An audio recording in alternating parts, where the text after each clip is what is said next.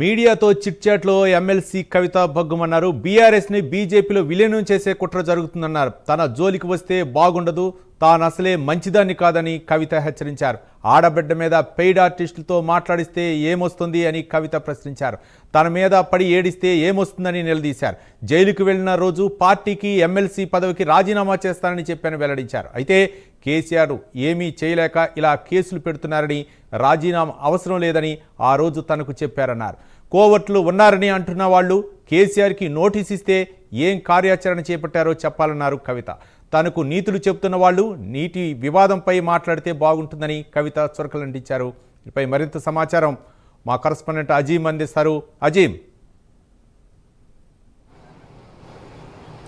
ఇండైరెక్ట్గా కల్వకుంట్ల కవిత ఎమ్మెల్సీ ఏదైతే కేటీఆర్ని ఉద్దేశించి ఈరోజు ఏదైతే చిట్చాట్ చేసినట్టు చాలా స్పష్టంగా కనిపిస్తుంది. ఇందులో తనపై పడి ఏడిస్తే ఏమొస్తుంది, ఎందుకు బీఆర్ఎస్ పార్టీ కార్యాచరణ తీసుకోలేకపోతుంది, అనేక అంశాలు ప్రభుత్వ వైఫల్యాలపై కావచ్చు, అలాగే బంకచర్లకు సంబంధించిన ఇష్యూపై కావచ్చు, అలాగే ఏదైతే కాళేశ్వరం కమిషన్ కేసీఆర్కి నోటీసులు ఇచ్చిన సమయంలో, అలాగే తెలంగాణ తల్లి విగ్రహం మార్చినటువంటి సమయంలో ఎందుకు బీఆర్ఎస్ పార్టీ ఒక స్టాండ్ తీసుకొని కార్యాచరణ తీసుకోలేకపోయింది, అలాగే బీఆర్ఎస్ పార్టీకి సంబంధించినటువంటి నాయకులపై, ఆ కాలేజీలపై ఏదైతే బుల్డోజర్లు వచ్చినప్పుడు ఎందుకు అడ్డుకోలేకపోయాము, ఇలాంటి అనేక అంశాలపై ఏదైతే కవిత మాట్లాడుతూ బీఆర్ఎస్ పార్టీ ఏదైతే సోషల్ మీడియాలో, ట్విట్టర్లో ఏదైతే పోస్టులు పెడితే పార్టీ నడిపించినట్లేనా అని చెప్పి కూడా ఏదైతే ఒక క్వశ్చన్ కూడా తను రైజ్ చేశారు. సో ఆ బీఆర్ఎస్ పార్టీకి సంబంధించి వర్కింగ్ ప్రెసిడెంట్ కేటీఆర్ మనకు తెలుసు రోజు ఉదయాన్నే ట్వీట్ చేస్తూ ఉంటారు. సో ఇండైరెక్ట్గా కేటీఆర్ని ఉద్దేశించి మాట్లాడినట్టే మనకు కనిపిస్తుంది. సో ఈరోజు బీఆర్ఎస్ని బీజేపీలో ఏదైతే విలీనం చేసే కుట్ర జరుగుతుంది. సో తనపై లిక్కర్ కేసు సమయంలో కూడా ఏదైతే తన రాయబారం వచ్చిందని చెప్పి, అదే సమయంలో ఏదైతే బీఆర్ఎస్ని బీజేపీలో విలీనం చేయాలని చెప్పినా నేను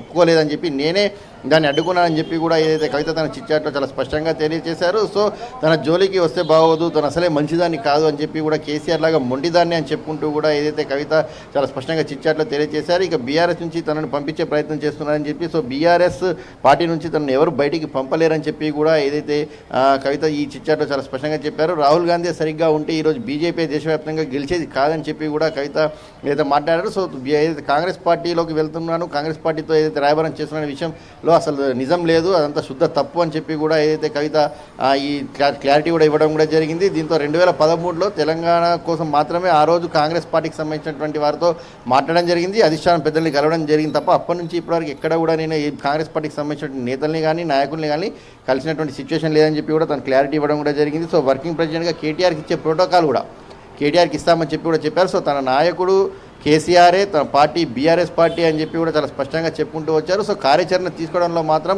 బీఆర్ఎస్ పార్టీకి సంబంధించిన నాయకులు ఫెయిల్ అవుతున్నారు. తనకు నీతులు చెప్పడం కాదు, చాలా ఇష్యూస్ పైన ఏదైతే బీఆర్ఎస్ పార్టీ కార్యాచరణ తీసుకోవాల్సినటువంటి అవసరం ఉంటుంది, ట్విట్టర్లో పోస్టులు పెడితే సరిపోదు అనేటువంటి ఒక అంశాన్ని కూడా ఇండైరెక్ట్గా కేటీఆర్ ఉద్దేశించి చెప్పినట్టు కూడా తెలుస్తుంది. సో కేసీఆర్కు వినూత్న శైలి ఉంది, అందుకే ఆయన బయటకు రావడం లేదని చెప్పి కూడా చెప్పారు. సో కేసీఆర్ తిరిగి ముఖ్యమంత్రి అవుతారని కూడా చెప్పుకుంటూ వచ్చారు. ఇక సింగరేణిని సంస్థను కూడా అమ్మే కుట్ర ప్రభుత్వం చేసిందని చెప్పి కూడా తను చెప్పుకుంటూ కూడా రావడం జరిగింది. సో తనపై పడి ఏడిస్తే ఏమొస్తుంది, ఉద్యమ సమయంలో కూడా తాను కడుపులో బిడ్డను పెట్టుకొని కూడా ఏదైతే కేసీఆర్ కోసం, తెలంగాణ కోసం ఉద్యమం చేసినటువంటి పరిస్థితిని కూడా ఏదైతే కవిత తన చిట్చాట్లో గుర్తు చేసుకుంటూ వచ్చిన పరిస్థితి మనకు కనిపించింది. సో బంకచర్లకు సంబంధించిన ఇష్యూ 200 టీఎంసీలు తరలించుకుంటూ పోతున్నారు.